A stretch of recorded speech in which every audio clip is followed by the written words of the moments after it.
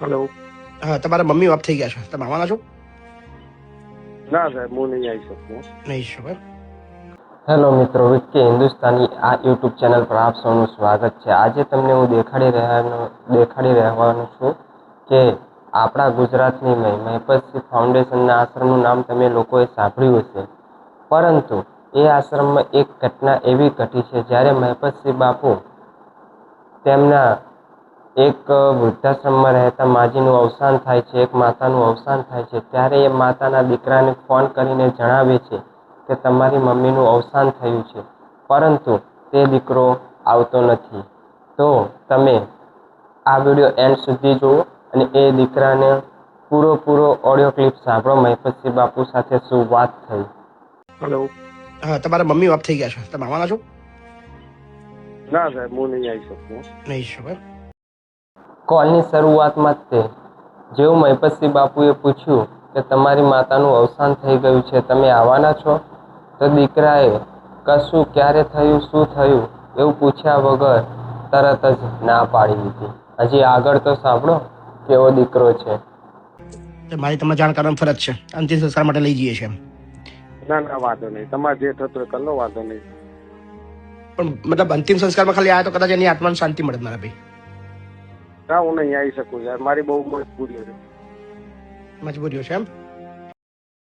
આ દીકરાને મહેપતસિંહ બાપુએ પૂછ્યું કે તમે છેલ્લી વખત પણ તમારી માતાના અવસાન થયું છે તો એમના અંતિમ યાત્રામાં આવો તો એમની આત્માને શાંતિ મળે, પરંતુ આ દીકરો એવું કહે છે કે મારી કંઈક મજબૂરી છે, હું નહીં આવી શકું.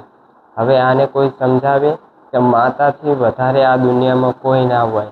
તે ઘરની બહાર તો કાઢી મેલ્યા, પણ છેલ્લે એકવાર એમની અંતિમ યાત્રામાં તો જા. એટલે જ વિક્કી હિન્દુસ્તાનીને વિડીયો બનાવવો પડે છે કે આવા દીકરાઓને એલર્ટ થઈ જાય કે જે આજ પછી પણ કોઈ આવું કાર્ય કરતું હોય તો કરે નહીં.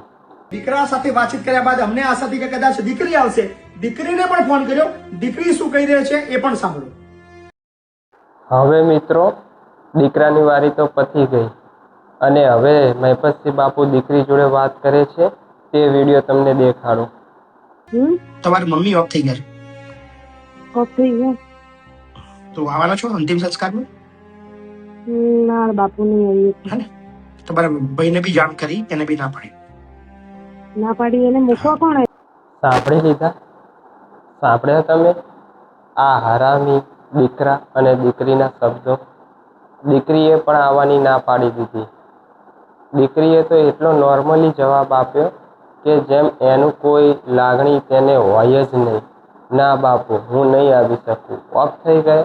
બસ આવી જ રીતે. હજી સાંભળો આગળ દીકરીના શબ્દો. ના પાડી એને મૂકવા કોણ આવ્યું હતું બાપુ? એ છોકરો બનીને જ આવ્યો હતો ને, તો પછી એવું કીધું કે ડ્રાઈવર છે એવું કીધું. એ નહીં, એ તો હમણાં તમે સોમવારે છેલ્લો ફોન કર્યો ત્યારે ને.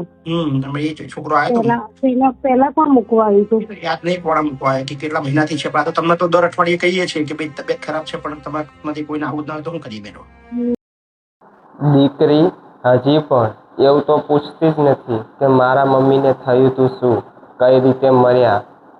એટલું જ પૂછે છે કે મૂકવા કોણ આવ્યું હતું અને શું હતું, તમે ક્યારે વાત કરી હતી ને આવું પૂછે છે. એટલે લાગણી જેવું આજના દીકરા દીકરીમાં કશું છે નહીં. ના આવી દીકરી, ના આવે દીકરો.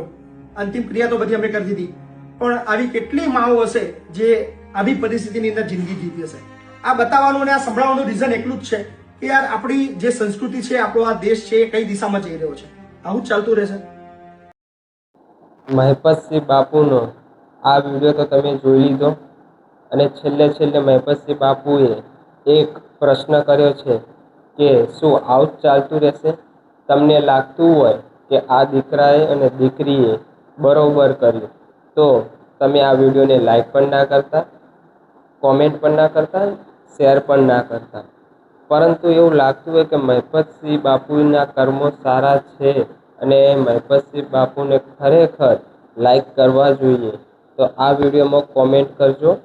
કારણ કે મહેપતસિંહ બાપુને તો લાખો કરોડો ગુજરાતી અને હજારો માતા પિતાઓના આશીર્વાદ છે, પરંતુ એમને આપણી જરૂર નથી, આપણે એમની જરૂર છે એવું વિચારો. એનું કારણ એક જ છે કે આપણે હજી એમનામાંથી થોડા ગુણ લેવાના બાકી છે.